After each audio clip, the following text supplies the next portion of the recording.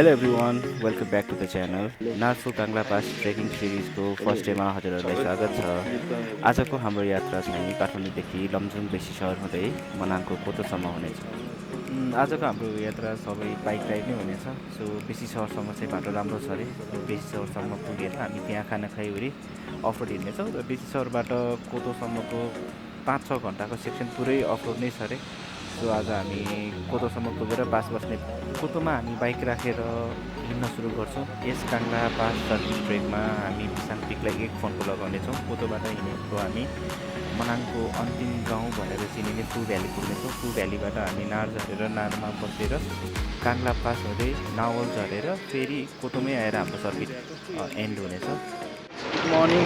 अहिले चाहिँ हामी यता नौबिसी आइपुग्यो।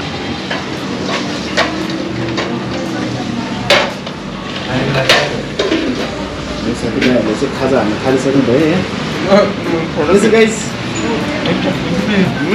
कस्तो छ त हाम्रो खाजा अन्न आउँदैछ भइरहेको।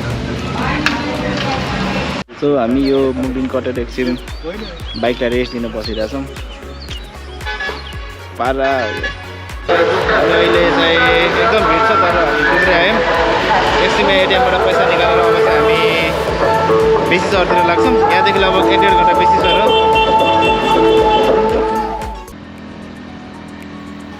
डुम्रेबाट अलिकति माथि लाग्ने बित्तिकै हामीले राम्रो बाटो पाउनुको साथसाथै हरियाली फाँटहरू आउँछ। यहाँबाट चाहिँ मजाले माउन्टेन रेन्जहरू देख्न सुरु हुन्छ अरे। तर लगातार लागेको बन्डहरूले गर्दा आकाशभरि हिमालय जस्तै वस्तुले भरिएको थियो। जे होस् माथि पुग्दासम्म मौसम र आकाश क्लियर होस् भन्दै हाम्रो यात्रा अगाडि बढाउँछौँ।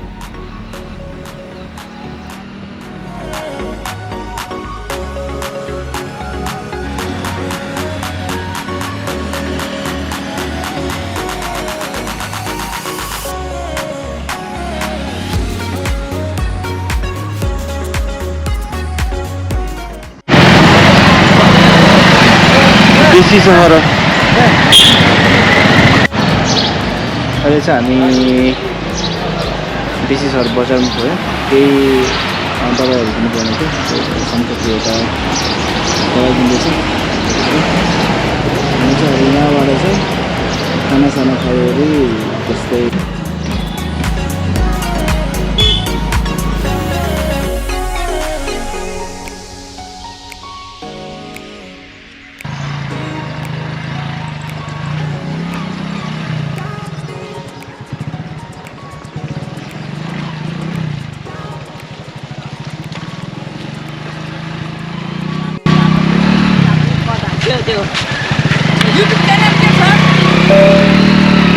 युट्युब च्यानलको नाम के हो? भन्नु न। जागर पुरानी भन्नु न। बागमती पनि यस्तै बगेको देख्यो है यहाँ काठमाडौँमा है।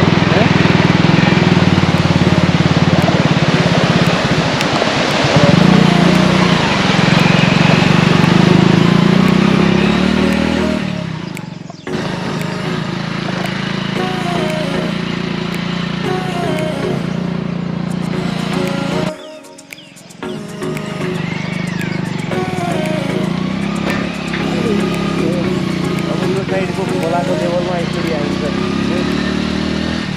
त्यति बेला चाहिँ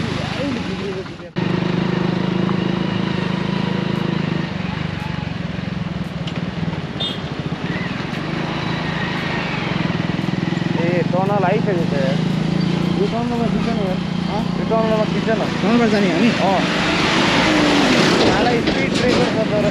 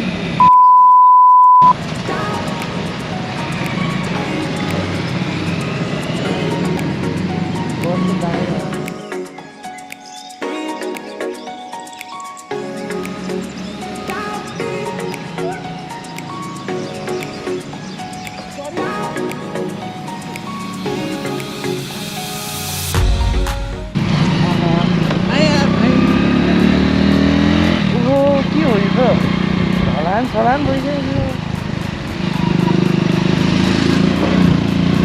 नयाँ ढलान यो पनि बवाल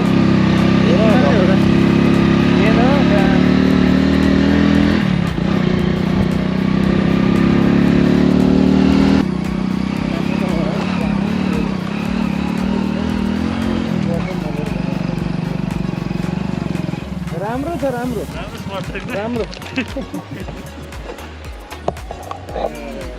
धेरै राम्रो धेरै बेर पुरे यार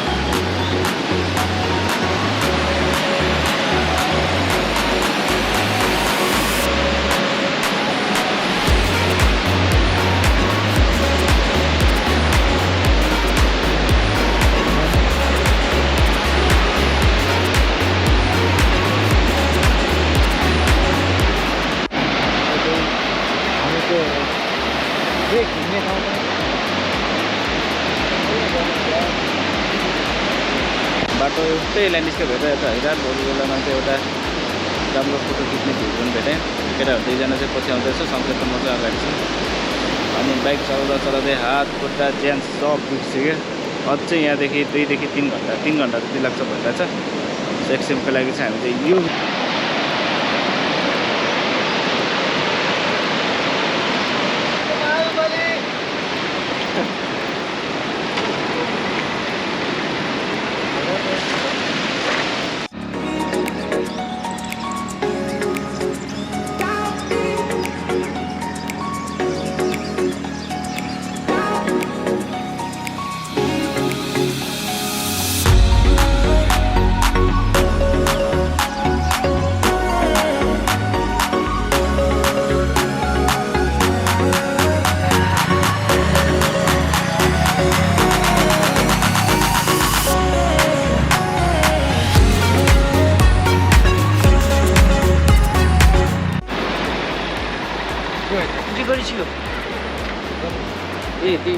हेलो अहिले चाहिँ हामी ठ्याक्क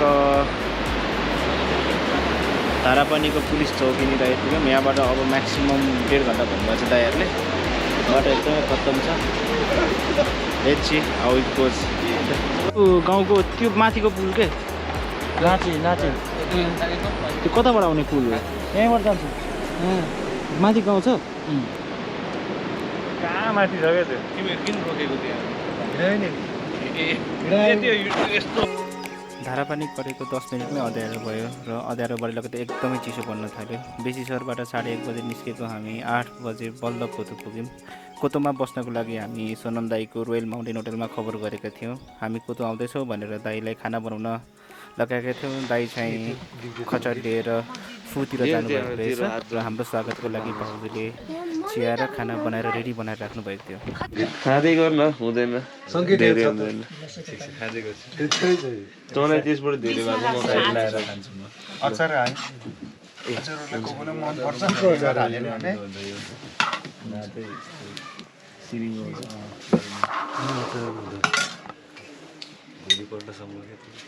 भोलिपल्टसम्म त्यो इमली बम खान्छ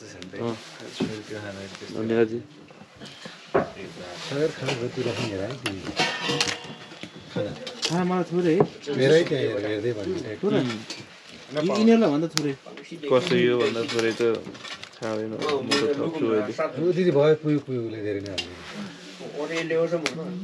Anche se io ore mai da sakalli o kai mawadi me o kai Luzau dia leo kan upu bra ya thor leo da bora la ona na leo kin kin आउनु मर हो मै गएको छु mawadi mi chi साथीले